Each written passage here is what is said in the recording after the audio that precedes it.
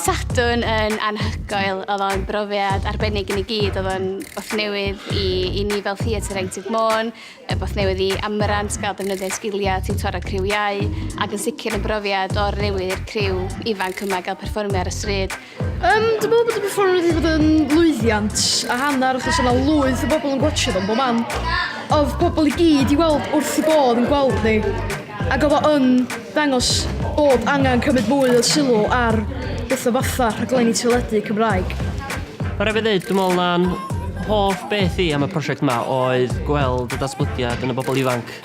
Nid yn unig yn eu perfformiad, ond hefyd hefo'i gilydd.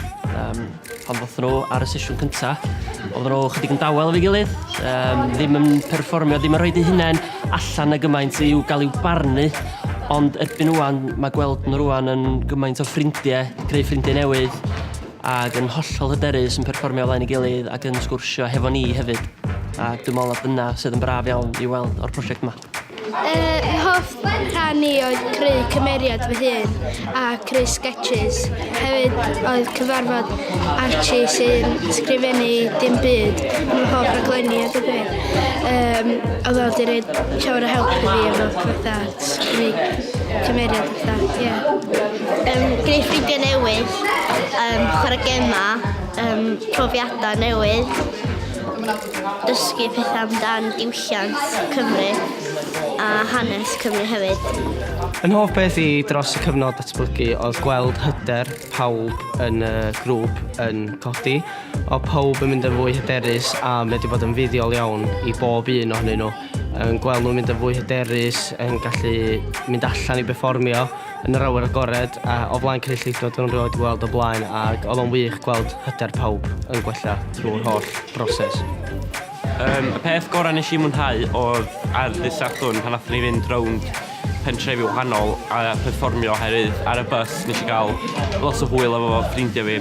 Fy darn gorau i oedd gwneud ffrindiau newydd a dysgu pethau newydd. Dwi'n meddwl na peth nes i fwynhau fwyaf oedd trio gwahanol syniadau i'r sioe Caeau Cymru a mynd drosto fo, drosodd i gael y perfformiad diwadd ddaru ni greu. Sioe hun, really, achos pobl oedd jyst yn y stryd isio dod i gweld ni.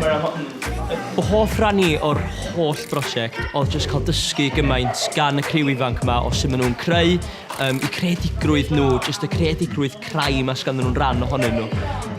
A mod i jyst i gallu dysgu o hwnnw i weld sut maen nhw'n datblygu gwaith sydd wedi cyfrannu at sut dwi'n datblygu gwaith.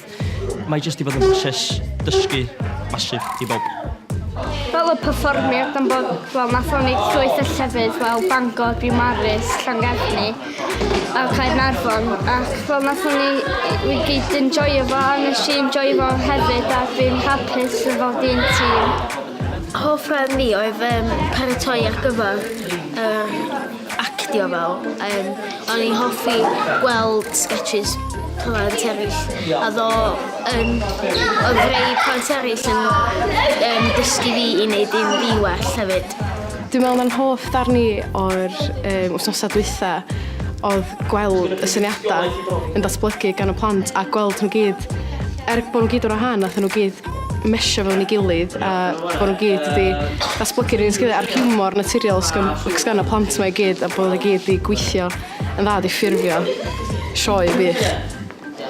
Cael gwneud perfformiad efo ffrind, fatha practisio oedd o'n hwyl dod i fyny efo syniadau gwahanol.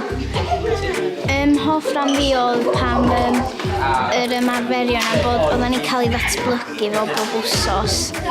Uchafbwynt y prosiect i fi oedd gweld sut nath pawb o fan hyn ymateb mor wahanol i ddechrau fo i'r her, sef cyflwyno iaith, hanes a diwylliant. Ambell un yn dechrau meddwl, iaith, hanes a diwylliant, ond wrth i'r amser fynd yn ei flaen, mi nathon ni ddatblygu'r syniadau a dod fyny efo pethau gwreiddiol a amrywiol, a nathon ni sylwi bod iaith, hanes a diwylliant gymaint mwy na eich atab cyntaf chi. Mae o'n amrywio'n ofnadwy.